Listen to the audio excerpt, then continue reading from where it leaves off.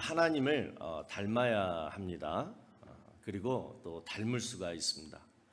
자, 그 말씀이 베드로후서 1장 1절에 보시면 나오는데요. 예수 그리스도의 종이며 사도인 시몬 베드로는 우리 하나님과 구주 예수 그리스도의 의를 힘입어 동일하게 보배로운 믿음을 우리와 함께 받은 자들에게 편지하노니. 자, 이 말씀을 보시면 하나님의 종이면서 사도인 이 베드로나 또 그 당시 소아시아 교회 우리 성도들이나 똑같이 무엇을 받았냐면 보배로운 믿음을 받았다. 예수 그리스도의 의를 힘입어서 동일하게 보배로운 믿음을 받았다. 이렇게 말씀하고 있습니다.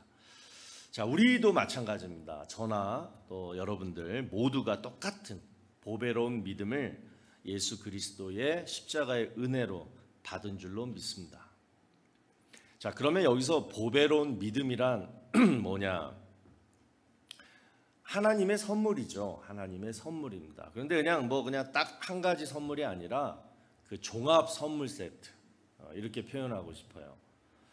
제가 군대에 있을 때 이제 군대 가면 명절이나 또 연말이 되면은 위문품이 이게 각 병사들한테 이렇게 전달이 됩니다.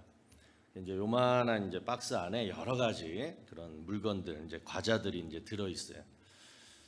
제가 5월 군번인데 9월 달이었던 것 같아요. 추석 때 그 위문품이 제 관물대 위에 이렇게 놓여져 있었습니다. 그때 제가 2등병이었거든요. 전방부대 2등병. 그때는 뭐 군기도 세고 뭐 그럴 때라 PX도 못 갈 때였습니다. 그러니까 그 과자 하나가 얼마나 맛있고 또 소중했겠어요. 그 중에서도 그 군인들의 영원한 사랑 초코파이, 그리고 또 영양갱, 그 꺼멓게 생긴 거 있잖아요. 그거 그 두 개는 여러분 따로 빼가지고 제 포켓에 넣고 그거는 몰래 나중에 저 혼자서 이렇게 먹곤 했습니다. 자, 여러분, 하나님이 예수 그리스도를 통해서 주신 이 보배로운 믿음, 이 믿음을 우리가 이렇게 소중하게 여겨야 됩니다. 특별히 이등병 그 힘들 때처럼, 또 외로울 때, 배고플 때, 그럴 때는 이 믿음이요 더 보배롭고 더 소중하게 느껴지는 거예요. 그래서 이 믿음으로, 이 보배로운 믿음으로 우리가 위로받고 견딜 수가 있는 거예요. 그런데 여러분, 제가 이 보배로운 믿음이 종합 선물 세트라고 말씀드렸잖아요. 그 안에는 우리를 구원해 주신 제일 큰 구원의 은혜, 또 우리를 늘 인도해 주시고 이번 한 주도 보살펴 주신 그 우리 하나님 아버지의 세심하신 그러한 은혜, 자, 이런 모든 은혜들이 바로 우리에게 주신 이 보배로운 믿음으로 다 얻을 수가 있다라는 것입니다. 자, 그런데 베드로후서 1장 4절 말씀을 보니까 이로써 그 보배롭고 지극히 큰 약속을 우리에게 주사 이 약속으로 말미암아 너희가 정욕 때문에 세상에서 썩어질 것을 피하여 신성한 성품에 참여하는 자가 되게 하려 하셨느니라. 자, 이 보배로운 믿음 요 상자, 선물 상자 안에는요 또 하나의 정말 귀한 선물 하나가 있는데 그것이 뭐냐면 신성한 성품이라는 거예요. 그러니까 하나님을 닮을 수 있는 하나님의 성품이 우리 안에, 하나님이 우리에게 주신 그 선물 상자 안에도 있다라는 거예요. 그래서 사도 베드로는 이 신성한 성품에 참여하는 자들이 모인 바로 믿음과 성품 공동체, 이게 교회라는 거예요. 다른 공동체랑 틀린 게 우리는 보배로운 믿음과 하나님을 닮은 그러한 성품들이 모인 공동체가 바로 교회인 줄로 믿으시기 바랍니다. 그래서 여러분, 우리 교회 안에서 다른 거 좀 생각하지 말고 보배로운 믿음 가지고, 그리고 하나님을 닮고자 하는 그런 성품을 가지고 정말 행복하게 주 안에서 신앙생활 하기를 바랍니다.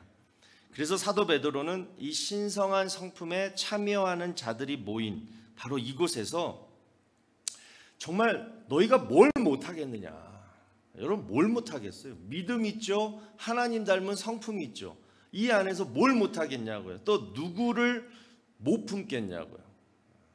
사랑할 수 없겠냐고요. 이 얘기를 하는 거예요. 자, 오늘 본문을 여러분 보시면 사도 바울이요 빌레몬이라는 사람한테 이와 똑같은 얘기를 하고 있습니다.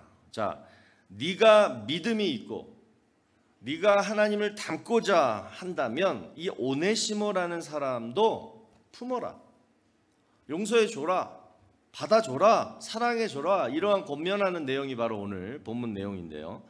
자, 여러분, 사람은 그 본능적으로 나를 막 좋아해 주잖아요. 그러면 나도 그 사람이 좋아요. 좋은 감정이 생겨요. 그리고 뭐래도 막 챙겨서 막 이렇게 해주고 싶어요. 그런데 나를 막 싫어하거나 딱 보니까 나를 싫어해. 눈치도 그렇고 또 그냥 막 만나면 막 자꾸 불편하게 해요. 또 막 항상 쫓아다니면서 막 나한테 막 말로 상처를 줘요. 그러면 사람이 어떤 사람이라도 여러분 그 사람이 좋겠어요? 불편하죠. 나쁜 감정이 계속 쌓여요. 자, 그런데 딱 여기까지는 또 괜찮아요. 어떻게 신앙으로 극복할 수 있어요? 자, 그런데 이 사람이 내 돈을 가지고 훔쳐가지고 도망갔어요. 또 거기까지는 괜찮아요. 도망가가지고 또 들리는 소리가 거짓말로 내 욕을 막 하고 다녀요. 여러분 같으면 그 사람을 사랑할 수 있겠습니까? 사랑은 무슨 용납할 수 있겠습니까? 지금 이 빌레몬이라는 주인에게 이 오네시모라는 종이 바로 이와 똑같은 일을 했다는 거예요. 주인의 돈을 훔쳐가지고 달아났습니다. 그리고 빌레몬이 내가 거기서 일하는 동안 얼마나 무자비하게 나한테 막 가혹하게 대했는지 그러지 않았거든요. 그런데 이런 소문을 막 내고 돌아다녔어요. 자, 여러분, 이런 오네시모를 보면서 주인인 빌레몬이 어떤 감정을 가졌겠냐고요. 배신감, 또 분노, 만나기만 해봐라 너 아주 지금 이러고 있는 상황이었어. 자, 그런데요, 이 오네시모가 돈 훔쳐가지고 달아나가지고 주인 욕하고 다닐 때 우연히 어떻게 돼요? 바울을 만나요. 그리고 그러한 사람한테도 하나님이 은혜 주셔서 예수를 믿게 해요. 그래서 회심하게 됩니다. 그래서 똑같이 보배로운 믿음과 하나님의 성품을 담고자 하는 그러한 사람으로, 새 사람으로 바뀌게 되었다라는 거예요. 자, 그래서 사도 바울이 빌레몬한테 편지를 써요.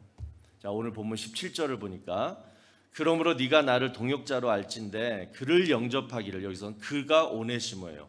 오네시모를 영접하기를 내게 하듯 하고. 그러니까 무슨 말이냐? 너나 나나 오네시모나 다 이제 하나님을 믿는 자가 됐으니까 영접해라, 환영해라, 받아들여라, 용서해줘라. 그리고 그가 훔친 돈 내가 계산해줄게. 이렇게 편지를 쓰고 있는 거예요. 자, 여러분 같으면 지금 사도 바울한테 이와 똑같은 편지를 여러분이 받으셨다라면 여러분은 어떻게 하시겠어요? 용서하시겠어요? 받아들이시겠어요?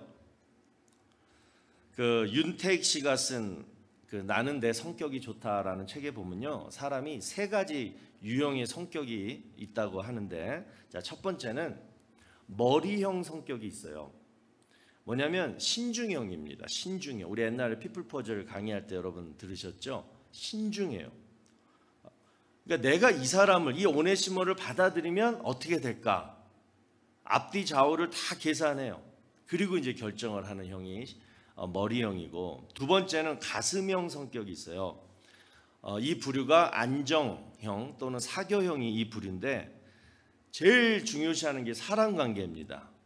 내가 오네시모를 받아들이지 않으면 이 편지를 쓴 사도 바울이 기분 나빠할 텐데, 이 사도 바울을 생각하는 거예요. 나와 사도 바울의 관계를 생각하는 거예요. 그래서 아마도 이 가슴형 성격은 받아들일 것 같아요.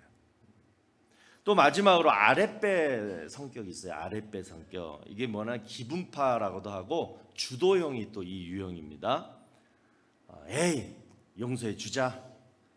지가 머리 숙이고 들어온다니까 뭐 이제부터 내 말 잘 듣겠지? 내가 주도를 해야 되니까. 또 거기다가 또 나는 이렇게 마음이 넓은 사람이야. 또 이런 것을 다른 사람들에게 보이고 싶은 그러한 마음이 있어서 아마도 또 받아들일 수 있을 것 같아요.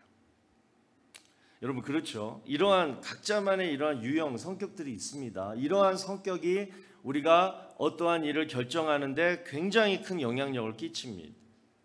자, 빌레몬은 어떤 유형의 성격이었는지 모르겠어요. 그런데 오늘 본문에서 말하고자 하는 것은 도저히 내가 사랑할 수 없는 사람, 사랑은커녕 무슨 도저히 나는 정말 꼴도 보기 싫고 저 사람 정말 그냥 피하고 싶고 그런데도 불구하고 내가 그 사람을 사랑해야 될 때, 품어야 될 때, 받아들여야 할 때는 여러분 명심하세요. 여러분의 성격으로 하지 말고요. 하나님의 성품으로 하라는 거예요. 이게 오늘 말씀의 주제예요. 왜냐? 믿음이 있고 하나님을 닮을 수 있는 성품이 우리에게는 있기 때문에 뭐로 인해서 예수 그리스도의 의를 힘입어서 그러한 자들이 저와 여러분들이기 때문에 여러분의 성격으로 여러분의 성질로 하지 말고 하나님의 성품으로 하라는 거예요. 여러분 사랑관계도 그렇고 어떤 일을 할 때도 그렇고 이렇게 하나님의 성품으로 내 성격 말고 하나님의 성품으로 결정하면요 여러분 실수가 없습니다. 지난주에 제가 말씀드렸듯이 하나님은요 우리가 교만해서 점점 막 계속 교만해져 가지고 나중에 막 실수하는 일이 생기거든요. 근데 그러한 일 하지 않도록 항상 누구를 곁에 두게 하신다 그랬어요? 나를 대적하는 자, 내 마음을 막 그냥 아프게 하는 자, 그런 사람을 꼭 곁에 두신다고 말씀드렸어요. 보세요 여러분. 여러분 주변에 여러분을 싫어하고 괴롭히고 마음에 상처 주는 사람 있죠? 그런 사람들 그런데 여러분이 다 제하고 이 사람은 요거 싫어, 이 사람은 요거 싫어, 다 제하고 오직 나만 막 좋아해주고 이 사람은 내 이익이 돼, 이 사람 놓치면 내가 손해봐. 그래서 그 이익 때문에 내 곁에 둔다라면 여러분 한번 세보세요. 과연 몇 명이나 여러분 곁에 있을까요? 어쩌면 한 명도 없을지 몰라요. 그래서 우리는요 선택이 아니라 필수입니다. 힘들어도 힘든 사랑을 해야 돼요. 힘들다고 계속 피하고 잘라내기만 하면 결국 남는 것은 아무도 없이. 제가 어저께 밤인가 유튜브를 어떻게 지나가다가 이렇게 보다가 그 유튜브에 그런 말 하더라고요. 50대가 되면 뭐 하지 말아야 될 거 뭐 이러더라고요. 그 중에 하나가 뭐냐, 9가지 중에 하나가 있는데 제가 50이 넘으니까 그런 게 막 귀에 들어와요. 그 중에 하나가 뭐냐면 너를 괴롭히거나 아무튼 뭐 이렇게 대적하거나 너한테 도움이 안 될 사람은 다 끊어라. 설교 준비를 다 이렇게 해놨는데 걔가 그렇게 나오니까 내가 뭐지 이거? 잠깐만 제가 다시 한번 묵상을 해봤어요. 그런데 결론은 아니다. 다 끊고 내가 마음 편하려고 그 사람들 다 그냥 컷하고 그러면 어떻게 해? 그 인생 특히 목사가 자 그러면 여러분 하나님의 성품으로 힘든 사랑을 어떻게 해야 되는가. 자 오늘 빌레몬이요 배운 2가지를 우리가 한번 나눠보기를 원합니다. 첫 번째는 뭐냐, 이렇게 하면 여러분 손해 같지만 결국은 여러분에게 이득이에요. 첫 번째는 뭐냐면 희생하라. 자 천지 만물을 창조하신 분은 하나님이세요. 또 모든 이름 위에 뛰어나신 킹 오브 킹스, 모든 왕들 중에 가장 왕 우리 하나님이, 그러나 하나님이 택하신 일이 바로 뭐예요? 여러 방법들이 있을 텐데 우리 같은 죄인들을 하나님이 사랑하시고자 할 때 그 수많은 방법 중에 하나님이 택하신 방법은 희생이라는 거 하나였다는 거예요. 그렇죠? 억울해도 십자가에 달려 죽으셨어요. 정말 참을 수 없는 모욕과 육체의 고통도 견디셨어요. 희생하셨어요. 하나님이 택하신 한 가지 방법, 희생이에요. 우리 하나님 믿잖아요. 그 희생을 우리가 하라는 거예요. 자 오늘 본문 13절을 여러분 보시면 사도 바울도 자신의 희생을 이렇게 얘기합니다. 그를 내게 머물러 있게 하여 내 복음을 위하여 갇힌 중에서 내 대신 나를 섬기게 하고자 하나. 자, 바울이 빌레몬한테 오네시모를 따뜻하게 받아들여라. 자, 이 말을 하면서 왜 굳이 자신이 지금 감옥에 갇혀 있다 요 상황을 지금 말하고 있을까요? 뭐 때문에 이 지금 자기가 감옥에 갇힌 얘기를 하고 있을까요? 바로 뭐냐면 복음은 희생을 요구한다. 나도 그래서 지금 희생하고 있는 거야. 지금 이 얘기를 하고 있는 거예요. 희생이 없으면, 예수님의 희생, 그 십자가의 희생이 없으면 여러분 이 복음, 우리를 구원하게 해주신 그 복음은요 이 땅에 생기지도 않았을 것입니다. 희생으로 인해서 복음이 태어났어요. 또 사도 바울과 같은 그러한 선지자들이 그러한 희생이 없었다면 복음은 절대로 여러분 그 팔레스타인 땅에서 우리나라 이 미국까지 절대 전파되지 않았습니다. 누군가의 희생, 목숨을 바쳤던 그러한 값진 희생 때문에 복음을 우리가 들었고 이 시간 이렇게 우리가 예배드리고 있잖아요. 따라서 여러분 복음을 듣고 들어서 믿고 그래서 구원을 받은 저와 여러분들은요 한 명도 빠짐없이 이 복음의 빚진 자가 되었어요. 그죠? 이 복음 때문에 내가 구원받았기 때문에 이 복음의 빚을 졌어요. 그렇다면 여러분 이 복음이 왜 생겼는지, 이 복음이 나한테까지 어떻게 전파되었는지 뭐라고요? 누군가의 희생 때문이라면 저와 여러분도 희생해야죠. 내가 왜 희생해야 돼? 너 싫어. 이렇게 얘기하면 안 된다라는 거예요. 너 바보같이 왜 그 사람 다시 용서해 줬니? 너 왜 그 사람 다시 용납했니? 너 바보 아니야? 이럴 때 다른 이유 하나도 없어도 우리는 이렇게 얘기할 수 있어야 된다는 거예요. 뭐예요? 나 복음 때문에 희생한 거야. 성도라면 이 얘기를 할 수가 있어야 돼요. 여러분 희생이 없으면요 절대 열매가 없습니다. 어머니가 희생을 통해서 새로운 우리 자녀들 생명을 잉태하고 태어나게 했듯이 희생은 뭐냐면요 희생을 하면요 새로운 것이 탄생이 돼요.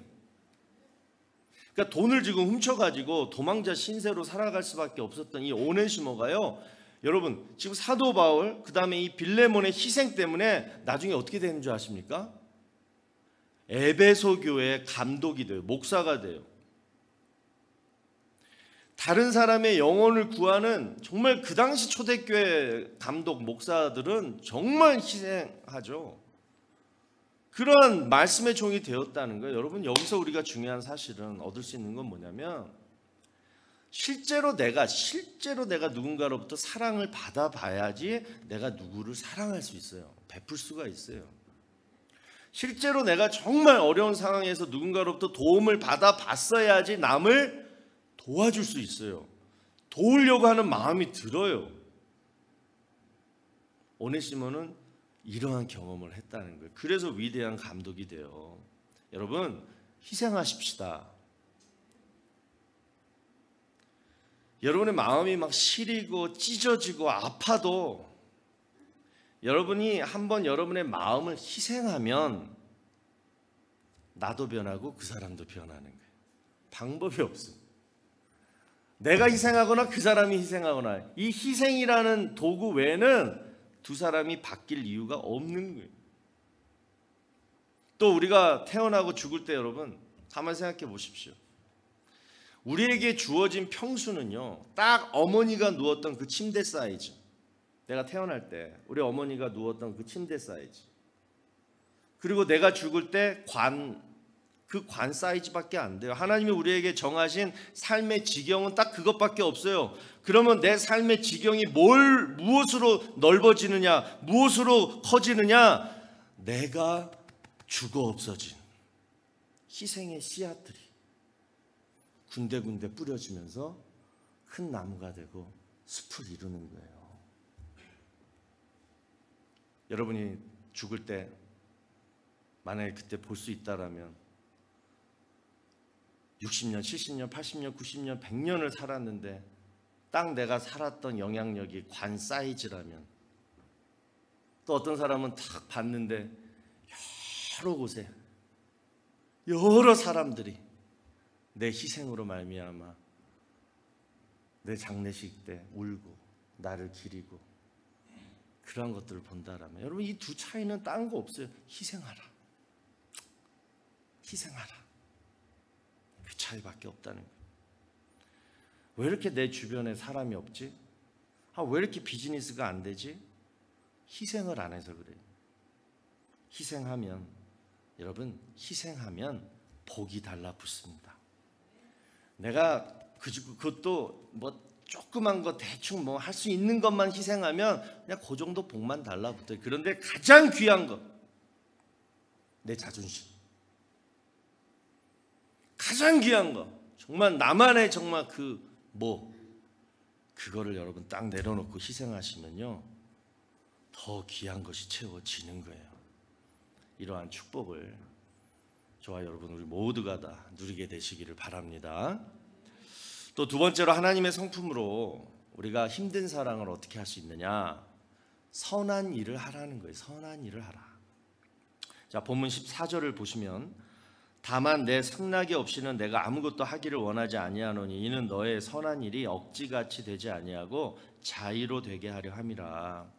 자, 여기서 지금 바울은요 빌레몬이 오네시모를 받아들이는 일을 가리켜서 너의 선한 일 이렇게 부르고 있어요. 자, 여러분 성경에서 선한 일, 착한 일은요 단지 윤리 도덕적으로 어떤 착한 일을 하거나 또는 사람들이 볼 때 좋은 일을 하는구나 이런 걸 의미하는 게 아니에요. 성경에서 말하는 선한 일은 뭐냐면 하나님이 기뻐하시는 일이 선한 일이에요. 지금 사도 바울이 얘기하는 것은 빌레몬이 배신자, 도망자 이 오네시모 종을 따뜻하게 다시 받아들이는 요 일이 뭐냐? 둘 간의 사랑 관계를 넘어서 뭐냐면 하나님과의 관계를 드러내는 일이다. 지금 이렇게 얘기하는 거예요. 그러니까 나에게 상처를 주고 나를 배신한 사람을 다시 받아들이는 것이 뭐다? 하나님을 기쁘시게 하는 일이다라는 거예요. 여러분 내 마음은 그렇지 않은데 이 일이 하나님이 기뻐하시는 거라면 여러분은 어떤 것을 선택하실래요? 그래도 여러분이 마음이 가는 대로 택하시겠습니까? 아니면 분명히 이게 하나님이 기쁘신 거라면 나를 죽이고 하나님이 기뻐하시는 일을 택하시겠습니까? 우리 성도들은 크리스찬들은 늘 이거 가지고 싸워야 돼요. 늘 그냥 내 마음이 이끄는 대로만 살면 안 되는 거잖아요. 여러분 왜 지금 이 일을 하나님이 기쁘신 일이다라고 사도 바울이 얘기할까요? 이 얘기는 사무엘상 15장 22절에 딱 나와요. 구약성경에. 볼까요? 순종이 제사보다 낫고 듣는 것이 수량의 기름보다 나으니. 그냥 분명히 얘기하는 거예요. 하나님은요. 하나님이 제일 기뻐하시는 건 뭐예요? 제사예요. 제사. 오늘날 예배예요. 이 예배 드리는 거 하나님이 제일 기뻐하세요. 그런데 그 예배보다 더 기뻐하시는 것이 있는데 그게 뭐다? 순종이라는 거예요. 순종. 내 마음은 미쳤어? 내가 왜 걔를 용납해? 내 마음은 이렇지만 이게 하나님이 기뻐하시는 거라고? 이제 막 갈등을 하죠. 어떻게 해야 되지? 그때 순종하자. 순종하겠습니다. 그럴 때 하나님이 기뻐하시지 않겠냐고요. 여러분 사랑하기 힘든 그 사람의 손을 다시 내가 잡아야 하는 거 죽어도 못할 일이고, 상처받은 내 감정을요 막 기도하고 찬양하고 막 그래가지고 스스로 막 치유시키고 회복시켜서 막 그래서 다시 그 사람을 내가 안고 다시 용납하는 거 정말 내 안에 어떤 진짜 막 성령의 역사가 막 그냥 막 불같이 일어나지 않는 한 도저히 우리 보통 인간이라면 할 수 없는 일이에요. 웬만큼 해서 할 수 있는 일이면 그거 순종해라. 그것도 하나님 얘기 안 해요. 진짜 힘든 일이니까 순종하라 해요. 그래야 하나님이 기쁘시다는 거예요. 여러분 이 순종을 하시겠습니까? 근데 중요한 것은 제가 이 부분에서 여러 가지 성경 구절을 찾아보면서 너무 많아서 제가 그냥 안 했어요. 성경에서 말씀하는 것은 뭐냐면 다 따라해 보세요. 순종하면 하나님이 도와주십니다. 순종하면 하나님이 일하십니다. 그러니까 도저히 내가 못하겠는데 내가 그 사람의 손을 잡을 수 없어요. 그런데 하나님이 그 손을 잡게 해주세요. 그러니까 염려하지 마세요. 하나님이 기뻐하시면 하나님이 인도하시는 대로 그냥 맡기는 거예요. 그러니까 우리는 뭐예요? 오직 순종의 결단만 하면 돼요. 순종하겠습니다. 하나님 도와주세요. 하나님이 일해주세요. 여러분 오늘 보면 15절을 보니까요, 기가 막힌 말씀이 나와요. 자, 아마 그가 잠시 떠나게 된 것은 너로 하여금 그를 영원히 두게 함이리니. 자, 이 말씀 보시면 그가 잠시 떠나게 된 것은 언뜻 보면 오네시모라는 종이 주인 빌레몬에게서 돈 가지고 도망쳤다, 요 내용으로 보이지만 헬라어 원문을 보니까요 이게 수동태로 되어 있어요. 자, 그 뜻은 뭐냐? 하나님께서 이 빌레몬이라는 사람하고 오네시모라는 사람을 잠시 어떻게 됐다? 세퍼레이트 시켰다, 떨어뜨려 놓았다, 이 뜻으로 쓰이고 있어요. 분명히 여러분, 오네시모가 주인인 빌레몬을 배신하고 도망간 것은 악하고 잘못된 일입니다. 그런데 하나님은 이러한 인간의 악함과 잘못, 이러한 일을 통해서라도 뭐예요? 어떠한 섭리의 역사가 있다라는 거예요. 그렇다면 이 사건에 어떤 하나님의 섭리가 있었을까요? 자, 15절 후반절에 뭐라고 얘기하냐면 너로 하여금 그를 영원히 두게 함이니. 영원히 두게 함이니. 무슨 말입니까? 오네시모가 잠시 빌레몬을 떠나 도망갔지만 이 사건으로 인해서 뭐예요? 결국 오네시모가 바울을 만나서 예수 믿게 되고, 그렇게 함으로써 빌레몬과 이 오네시모가 교회 안에서 하나님의 자녀가 되고, 또 뭐예요? 천국에서 우리 주님과 영원히 함께 살려는 이러한 하나님의 계획, 섭리가 있었다라는 거예요. 여러분 대단하지 않냐고요? 대단한 얼굴들이 한 번도 없습니다. 지금 여러분의 마음에 막 정말 막 원수같이 느껴지고 꿀도백인 그 사람을 하나님은 영원히 여러분 곁에 두게 하려고 하신대요. 그게 하나님의 섭리래요. 계획이래요. 그래서 잠깐 둘이 마음을 떨어뜨려 놓았다라는 거예요. 그러니까 너무 여러분 부정적으로 볼 일이 아니라는 거예요. 여러분 혹시라도 나에게 너무 큰 실망감을 준 사람, 또는 정말 사랑하기 힘든 사람을 만나거든, 그 사람만 보지 말고 그 사람 뒤에 그 사람을 통해서 일하시는 하나님의 섭리를 한번 기대해 보시기를 바랍니다. 하늘을 보세요. 오늘도 공중에 나는 새 한 마리, 저 들꽃. 여러분 내가 아까 광고 시간에 중요한 광고 빼뜨려 먹었습니다. 오늘 나가실 때 요문으로 나가세요. 제가 오늘 이렇게 들어오는데 여기 요 벽에 쫙 펴있는 코스모스랑 해바라기가요 기가 막힙니다. 기가 막. 오늘 꼭 여러분 그냥 가지 마시고 이쪽을 이렇게 좀 투어를 하세요. 한 바퀴 도는데 1시간 걸릴 거예요. 쫙 보시고 사진도 좀 찍으시고 그렇게 하셔서 꼭 보시고. 제가 무슨 얘기 하려다 이 얘기를 했죠? 들꽃. 저는 해바라기 하나, 코스모스 하나도 하나님이 그냥 놔둔 거 아니라는 거예요. 뭐예요? 다 의미가 있어서 기르신다라는 거예요. 하물며 하나님 사랑하신 자녀, 마음 아프게 하는 그 사람, 그냥 그 사람 곁에 둔 거 아니라는 거예요. 분명한 섭리와 계획이 있다라는 것입니다. 그럴 때, 그러한 사랑을 우리가 꼭 해야 할 때 여러분 명심하세요. 2가지. 희생하라. 그리고 네 성질대로 하지 말고 하나님을 기쁘시게 하기 위해서 순종하자. 그렇게만 하시면 나중에, 그게 나중에 얼마나 될지 모르지만 나중에 이래서 하나님이 이 사람 만나게 하셨구나. 빌레몬이 천국에서나 나중에 교회에서 오네시모를 볼 때마다 야, 오네시모랑 나중에 함께 신앙생활하고 죽지 못해서 서로 막 좋아하고 막 이랬을 거 아니에요.